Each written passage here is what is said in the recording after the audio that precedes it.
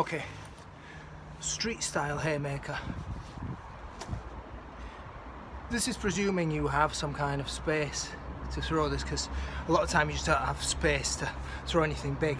But it's working on the principles that you are going to be governed by gross motor force. Big muscular movements. It'll be very difficult for you to do anything targeted or small. Targeting is a difficulty, so we're doing things to mitigate that problem. Also, contact targets. Where am I going to hit this person? Is that target available? Are they going to be covered? Going to hit elbow? Going to hit top of the head? We need to do things to mitigate that too. We need to make sure that whatever we throw, we're not exposing ourselves, but that if we throw and we're successful, we can follow that up. Also, that within the framework of what we do is the potential to be flexible, to move with the movements of the other person, because nothing stands still on the street. So essentially, I've got a few types of ranges that I might be able to throw some kind of a haymaker. Generally speaking, haymakers coming from my strongest side. If I've got arm's length, because I'm being smart and I'm using the fence and I'm keeping someone at arm's length, maybe preemption's a factor. I'm not big on preemption because I don't think ordinary people do it, because they're too scared in a conflict situation. If you do, it's the same kind of range. Somebody is coming at you.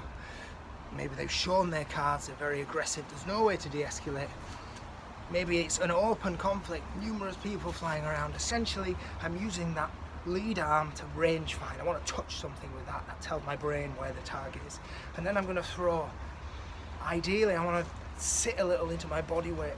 And when I come, I want to move up a little with that weight, swing that around, so that when it's done, I haven't fallen over, I haven't lost any balance.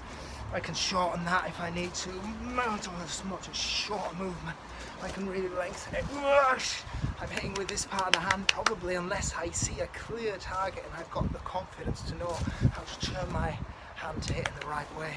Or I can use this clubbing, hammering motion. Say the target's coming down in this area, bending down, as people often do in street encounters, trying to cover their face. But essentially this is my movement. I'm sitting and I'm throwing. Boosh, boosh. Now whatever I hit there, whether it's guard, whether it's elbow, whether it's the back of someone's neck, whatever I hit, I'm putting in my body weight into that. So it's not so important that I get this perfect jawline target that we think about in fight sports. I've also got options here. If I want to, I can turn this into an elbow. If they shorten up on me, for instance, I can just drive that in as a short elbow. Rush. I've also got options here. I can repeat if I get some success. This hand is not only targeting, it's kind of covering their line of sight. And I want to re-target. Every time I've hit them, I want to touch again and attach if I can. Stop them moving around, but also to tell my brain where this is, and to block their vision. This is coming around. Someone who's got tunnel vision. They're not going to see this. You see my body movement, they're not going to see this hand. So I've got the option to follow and repeat, or Golovkin style, I can step over with this and just switch from the other side. Depends what happens. Often in street encounters, the movement's really quite dynamic, and you might be at times chasing somebody. You don't want to be overreaching. Sometimes you might have to step to cover that ground.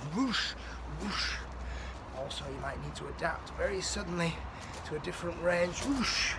Cover someone who's suddenly charged into you. I can do that with this kind of a big move. It's flexible enough to accommodate whatever's happening to me next. Yeah, same thing this side. Just reverse. Just a whoosh. And again, keep my head, chin down. These are targets. I've always got that head there. If I need to go in, do the shoulder here. I need to tuck my head behind. Something's coming over, someone's throwing. Maybe someone gets there before me. Cover that up. I need to bang into there. Get into the pocket. Get a control position in both. Use that. Grab hold of the neck, around the head. In the repeat.